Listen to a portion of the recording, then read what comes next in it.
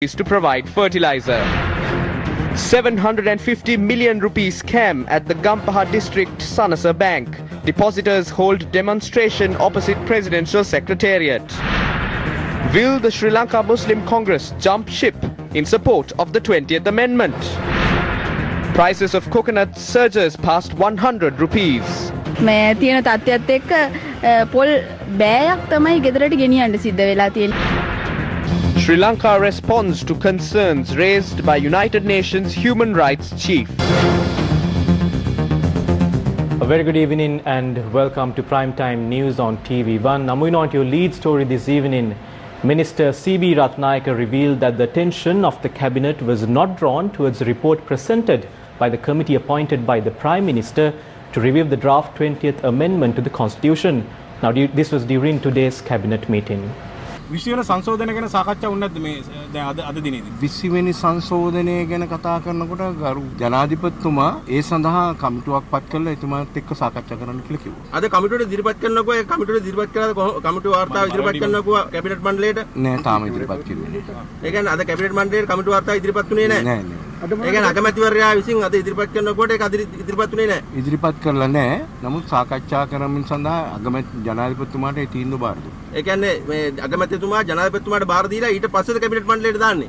එහෙම වෙන්න පුළුවන් මේ. මොකද මේකේ වගකීම ගන්න කෙනෙක් ඉන්නෝනේ ජනාධිපතිතුමානේ වගකීමනේ ජනාධිපතිතුමා ඒක නම් ප්‍රකාශ කරන්නේ. වාර්තාව කොහමද අද කැබිනට් එකට? නෑ අද කැබිනට් එකට ආවේ නෑ. මොකද උනේ අද? නෑ අද කැබිනට් රැස්වීම තිබුණා. ඒක වෙන සාමාන්‍ය කැබිනට් පත්‍රිකාව තමයි අද ගිහින්. ඒ කියන්නේ ව්‍යවස්ථාව හදන යෝජනාව සම්බන්ධයෙන් ව්‍යවස්ථාව ගැන කතා කරා. Yes, there was a discussion regarding the constitution. The president claimed full responsibility of the matter and said that the 20th Amendment is a temporary one. He also said that a fresh constitution will be presented expeditiously and the shortfalls of their constitutions will also be reviewed to formulate a truly democratic constitution. සාවක් සකස් කරන බවටත් එතුමා සාතික වුණා. දැන් මේක හැදුවේ නැහැ කියලාත් කියනවනේ කවුරුත් ඒක නේ මොකද අද නෑ දැන් ජනාධිපතිතුමා කියවනේ ජනාධිපතිතුමා ඒ කාරණේ මේ වගකීම් මේ කියන්නේ එතුමා ඒකේ නිර්මාතෘවරයා විදියට එතුමා බාර ගන්න කැමතියි කියලා කිව්වා. Now is the Sri Lanka Muslim Congress planning to switch sides in the future? Let's now take a look at some views expressed by Sri Lanka Muslim Congress Deputy Leader Nazir Ahmed during an event in Batticaloa yesterday. We discussed several matters during the Central Committee meeting. We pointed out that we did not occupy a nationalist seat in the quota received by the Samagi Jana Balawegaya. This is a regrettable situation. Opposition leader Sajid Premadasa and our party leader Rauf Hakim had agreed. We pointed out that the agreement has been broken without any discussion. During the meeting, we discussed that it was important to join hands for good matters. At a time when an objection has been made against the 20th Amendment and where there is pressure stating that changes must be made, we will decide after these matters are resolved. We have understood that the government will require a two-thirds majority to pass the constitutional amendment and to enact a new constitution. When matters like this are put forward, there are diverse opinions that emerge from within the party. When various views are expressed within the government, it is an accepted fact that discussions must take place. Discussions might have commenced in their camp. These were the views expressed by the Sri Lanka Muslim Congress leader Rauf Hakim during a Newsline program before the election when questioned about the possibility of joining the government. We hope to agree with this government on a policy basis. Instead of saying that we received invitations, we had to join them due to certain matters that pressurized us. It is not healthy to allow this situation to occur again. ஒரு நிலவரம் ஏற்பட்டது அவ்வாறு இனியும் ஏற்படுவதற்கு நாங்கள் அனுமதிப்பது அவ்வளவு ஆரோக்கியமா. Now Sri Lanka has responded to the accusations leveled against UN High Commissioner for Human Rights Michelle Bachelet during the 45th UNHRC sessions that are underway. In an address during the UNHRC sessions yesterday, the acting permanent representative of Sri Lanka to the United Nations, Diane Mendis, had said that the High Commissioner's remarks on the 20th Amendment are unwarranted and prejudgmental based on presumption. She had added that the amendment would be submitted to Parliament and will be discussed and debated, where all stakeholders will have the opportunity to present their views. Mendes had insisted that Sri Lanka will remain committed to achieving reconciliation, accountability and human rights, despite withdrawing from the co-sponsorship of Resolution 30/1. She had also rejected allegations made by the United Nations High Commissioner on senior military officials being appointed to key positions of institutions. The acting permanent representative had stressed that Sri Lanka has consistently refuted the credibility of these allegations and that the LLRC and Paranagama Commission have not found substantive evidence against any of these military officials. Mendes had insisted that, quote, in the absence of any substantive proof, Sri Lanka considers that the continued arbitrary accusations on crimes or crimes against humanity made against these senior military officials are unacceptable and a violation of the principles of natural justice, unquote. Even the Prime Minister had seen this after it was approved in the cabinet. That is why the Prime Minister appointed a committee to look into this. Even Mahinda Rajapaksa does know some of his entitlements have been removed. What is the purpose of being a dual citizen? We know that there is a large number of Chinese employees in Sri Lanka. In an emergency, even these Chinese nationals can enter the Sri Lankan parliament. Who is the creator of this 20th Amendment? Who drafted this? The people should know as to who wants to take this country towards a dictatorial rule.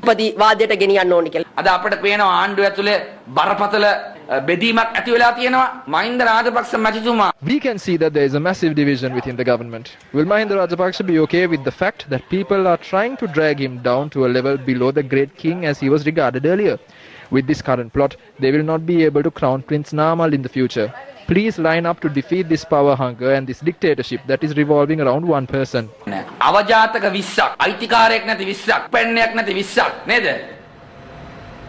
Now, two public protests were held in Lanka and Matale earlier today.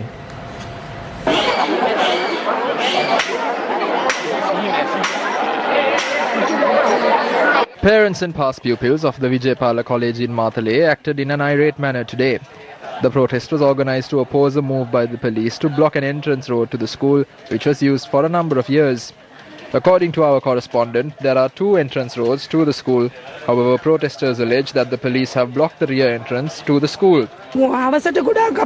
It is difficult for us to utilize the other road, especially in the afternoon. Several road accidents occurred. The front entrance road is narrow.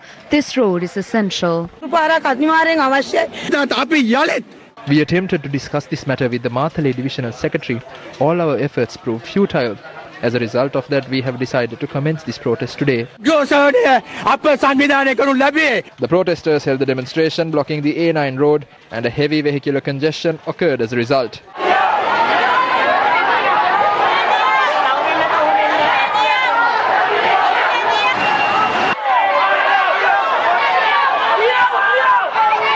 The police arrived at the scene to control the situation, and thereafter the police took steps to reopen the entrance, which was blocked.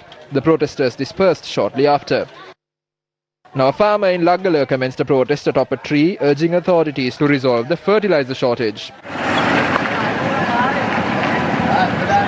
Several other farmers also gathered to the area in support of the protesting farmer. The farmer alleges, although they had travelled to the Agrarian Services Centre to apprise officials regarding the shortage of fertilizer, due attention had not been paid to their woes. Officials of the Agrarian Services Centre then arrived at the scene.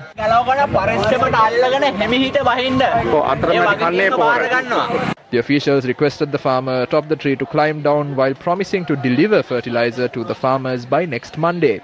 The protest was called off after nearly 5 hours. I have been struggling for nearly 1.5 months to obtain fertilizer. I went to the Agrarian Service Centre 13 times. I even went to the AG's office. I did not receive such an answer.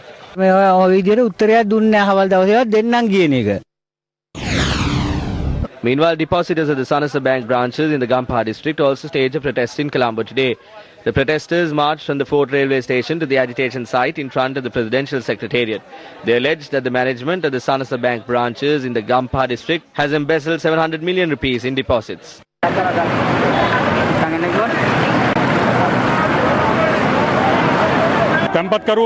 A group of 765 depositors have joined our organization.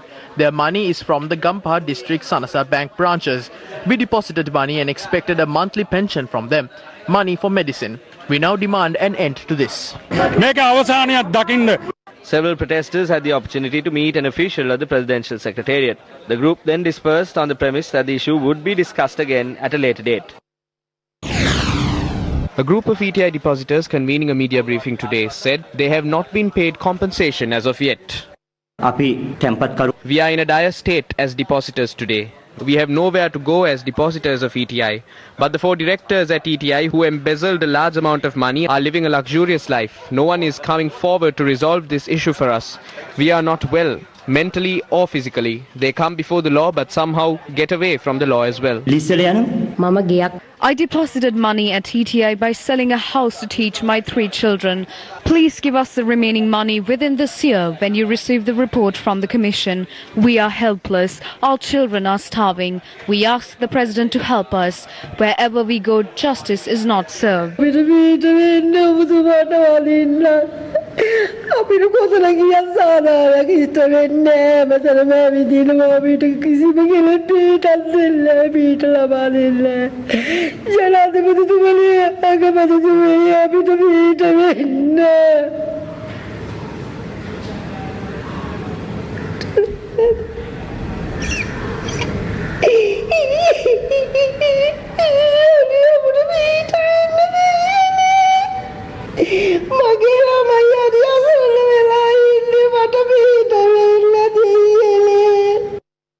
What fate befell the ETI and Swarna Mahal Financial Services?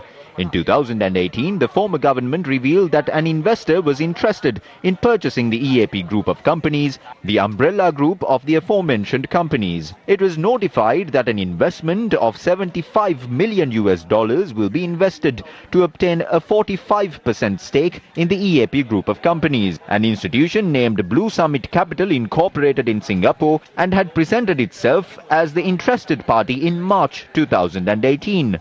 However, the ambiguity of the situation lies in Blue Summit Capital being incorporated only a few months prior to March 2018. Another doubtful matter was the misappropriation of $5 million of the total $75 million which was to be invested by Blue Summit Capital.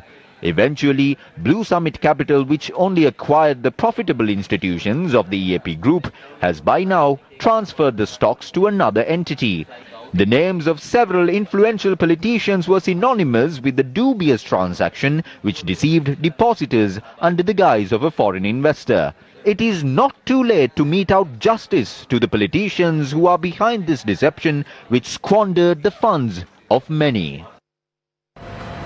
Now, State Minister of Money and Capital Market and State Enterprise Reforms Ajit Niwad Cabral addressing an event in Colombo yesterday said the Colombo Stock Exchange can benefit by securing deposits of banks and financial institutions belonging to the general public.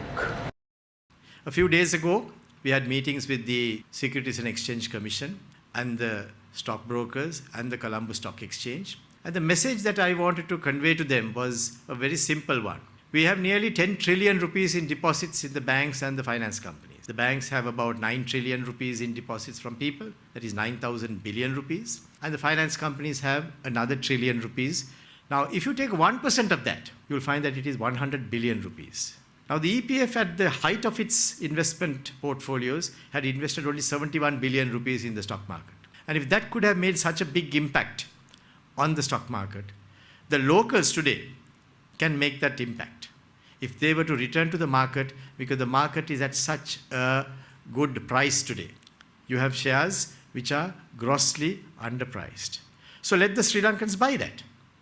Let the Sri Lankans get a bargain if nobody else is buying. Many economists have raised concerns regarding the statement made by the State Minister. They point out the government must be cautious when investing public deposits and savings in volatile investments, as such a move could severely affect certain groups such as senior citizens.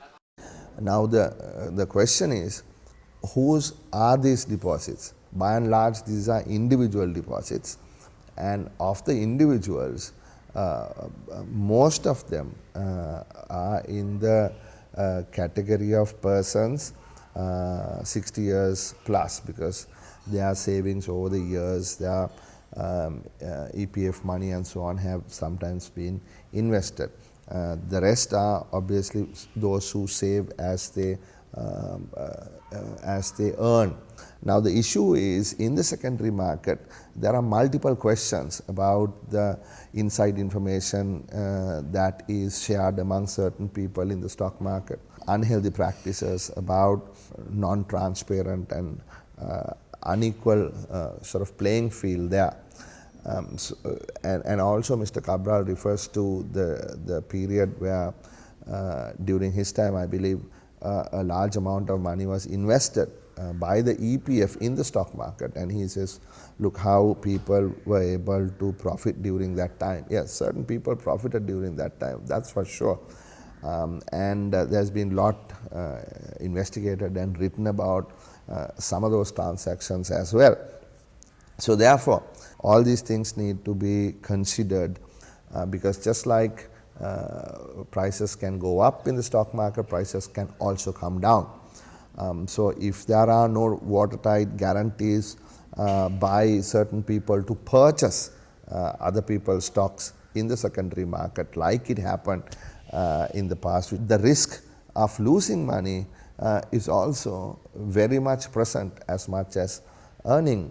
Economists also point out that not all members of the public possess the same financial literacy in terms of investment.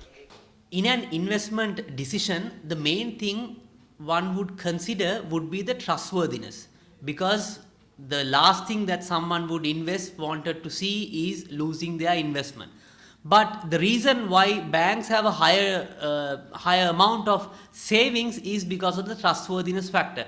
If you even look at the savings at the banks, that is basically skewed towards the state-owned banks, because people are perceived, or people have a perception that if something goes wrong, the government will intervene and rescue them if you invest in a state-owned bank. So the important thing is, people should be able to make a decision where they want to invest and save money.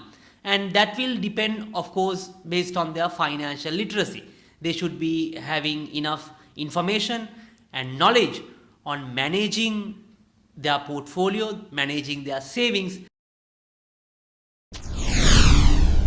Newsfirst has continuously reported on the losses suffered by several state institutions, including state banks and the Employees Provident Fund, by investing in the Colombo Stock Exchange and falling victim to pumping and dumping. We revealed how the Employees Provident Fund suffered a loss of 8.5 billion rupees due to the first bond scam of the central bank. The public are aware of numerous shell companies which were incorporated to loot the funds of the EPF and also of the general public. Sri Lankan Airlines has suffered losses of 47.2 billion rupees during the financial period of 2019 to 2020, raising the losses of the national carrier during the last decade to 245 billion rupees. The Employees Provident Fund had also invested in its funds in Sri Lankan Airlines, while a majority of the funding was delivered by state banks. What benefit will the public receive when the funds that belong to the people are invested in this manner? Cabral's proposal to promote investments at the Colombo Stock Exchange comes against a backdrop where the prevailing investment market is extremely volatile to adjust to new ventures. Now, meanwhile, the price of coconut has increased in most parts of the country. Coconut cultivators and traders point out that the reason for this is the gradual decline in coconut manufacturing. According to the statistics of Coconut Development Board, the annual general coconut harvest for the year of 2019 stood at 2.8 billion rupees. 1.8 billion rupees have been used for domestic consumption. However, quite contrary to this, Newsfirst observed that the price of coconut has gone up to 100 rupees in some areas of the country. The selling price of one coconut at the Chilao public market, which falls under the coconut triangle, stood at 100 rupees.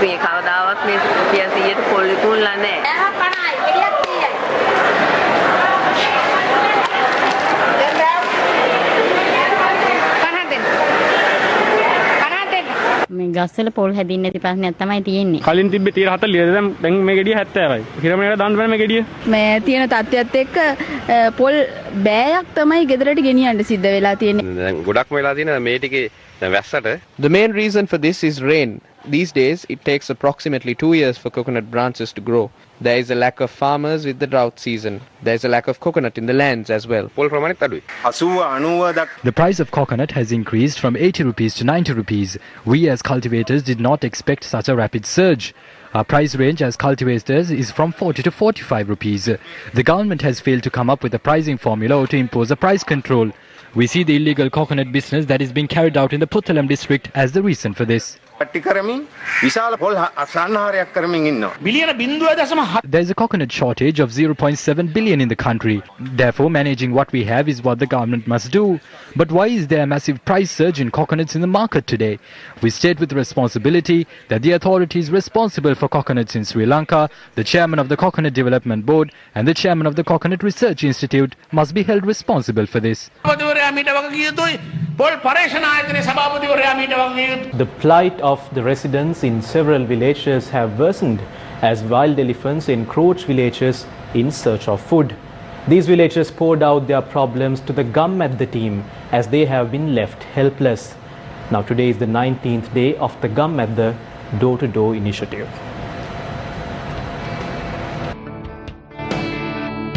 The villagers of Hadilla area in Hambantota would have received an electric fence if only the authorities had paid attention to their pleas. A wild elephant has been constantly encroaching the village, taking advantage of this situation.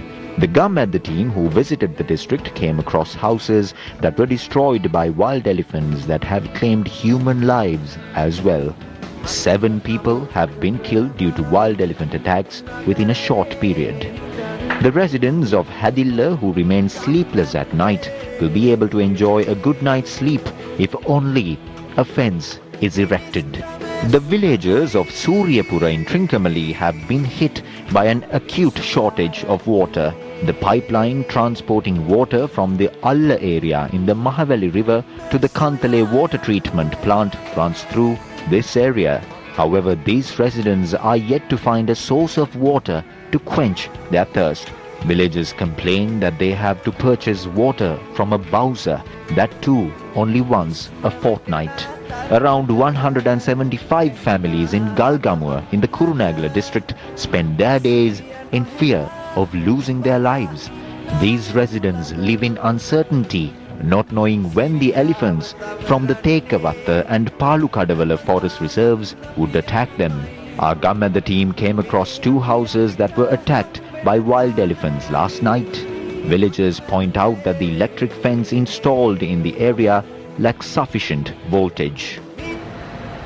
The Ampara Wildlife and Forest Conservation Committee convened a meeting today. A tense situation arose when public issues were put forward during the meeting.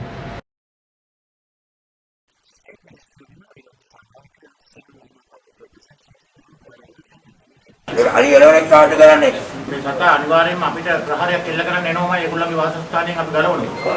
එතකොට අපිට අපේ ආරක්ෂාව සපය ගන්න ඉස්දි පතුරුම අපිට අවශ්‍ය වෙනවමයි. ඒ number 4 නෙවෙයි. නෑ 12. ඒවා අපිට දැන් නිකුත් කරන්න නෑ ඒක. ඒ සතාගේ ජීවිතේ නෙවෙයි අපි රැකෙන්න මේක කරන්න ඕන. අපේ අලිවෙලියෙන් එළවීමේ කණ්ඩායම් ටික ඔකට පාවිච්චි කරන්න. පාවිච්චි කළා යම් කිසි එක යූස් කරොත් අපි ඒක දැනුම් දෙන්නම් ආරක්ෂක අමාත්‍යාංශයට අපේ අධ්‍යක්ෂ ජනරාල්තුමා හරහා මේ පතුරම් මේකට යූස් කරා.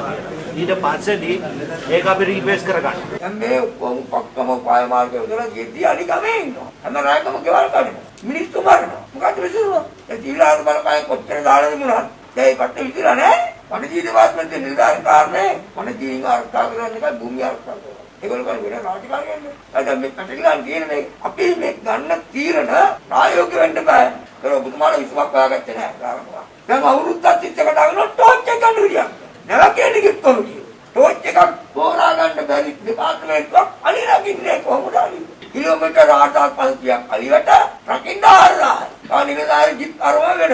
පොඩි කීදාක් වෙනන් කරුවත් අලියා ඉන්නේ ගමේනේ. ඒක එහෙම කරන්න බෑ. ඒකේ ටෙක්නොලොජි එකක් තියෙනද ඒ ටෝච් එකේ මෙහෙම පිටිපස්සට තල්ලු කරනකොට ඉන්න තැන නෑ ඔය එකක්වත් වැඩක් නෑනේ. ඒ ටෝච් ලංකාවේ නැහැනේ. ටෝච් ලංකාවේ තමයි තියෙන්නේ. ටෝච් ගන්න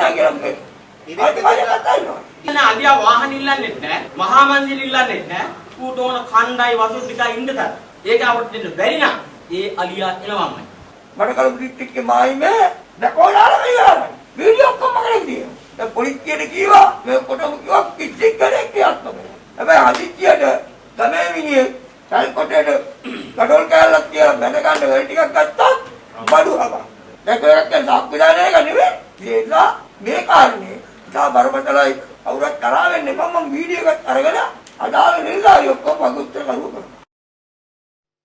Meanwhile, this is the state of a mangrove system situated in close proximity to the Negombo Lagoon after a group had destroyed a part of it.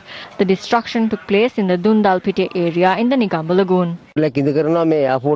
This hotel is being built in front of an airport. I don't know what it is, but there is a large area of mangroves that are being destroyed. Several parties including the police, the wildlife department and the Coast Conservation Authority inspected the site today. This building has been licensed through the Urban Development Authority, but it's a long-term marsh and mangrove area and we can see that they are working on building illegal structures. We are all set to take legal action for the destruction of these areas. During a discussion held last afternoon regarding the future plans of the State Ministry of Rural Roads and other infrastructure, the President called for the commencement of projects after a preliminary environment study. If you have qualified first, you will not have any problem. Get the environmental feasibility with regard to where a project can be enacted. Then an investor knows where to go and what to do. Appoint a committee from one of the three institutions and ask them to immediately mark the available points.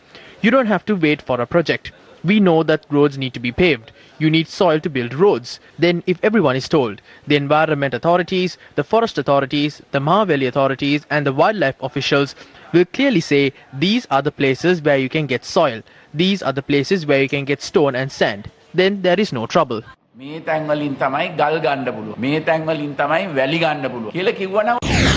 The opposition has launched a national green movement called the National Environmental Conservation Responsibility. It was stated at a media briefing held today that a green force consisting of members of the opposition representing parliament has been formed.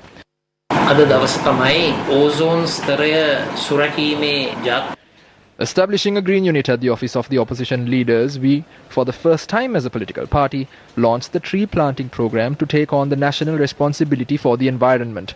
We are establishing an environmental force with 5 members. There is a Minister of Environment and there is a Minister of Wildlife. There is a State Minister. All of this should be centered around one person. So with that, it's a wrap of Primetime News for tonight. For the Newsfirst team, I've been John Fernando, along with our sign language interpreter, Brian D. Cruz. Take care and have yourself a good night.